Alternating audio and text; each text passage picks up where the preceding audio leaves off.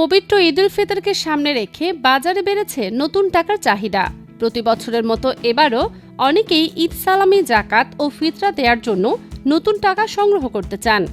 তবে এবার নতুন নোটের সরবরাহ কম থাকায় রাজধানীর বিভিন্ন অস্থায়ী টাকার হাটে চড়া দামে বিক্রি হচ্ছে নতুন নোট, এমন অভিযোগ করেছেন ক্রেতারা।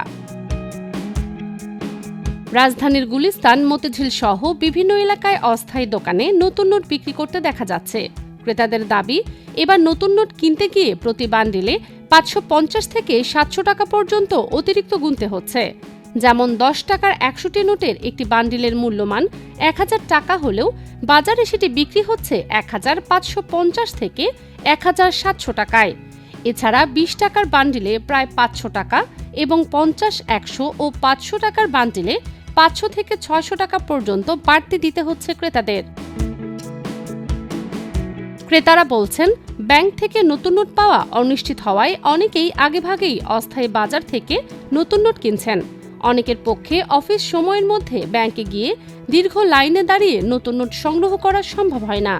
তাই সহজেই নতুন নোট পেতে এসব অস্থায়ী দোকানে ভিড় করছেন তারা।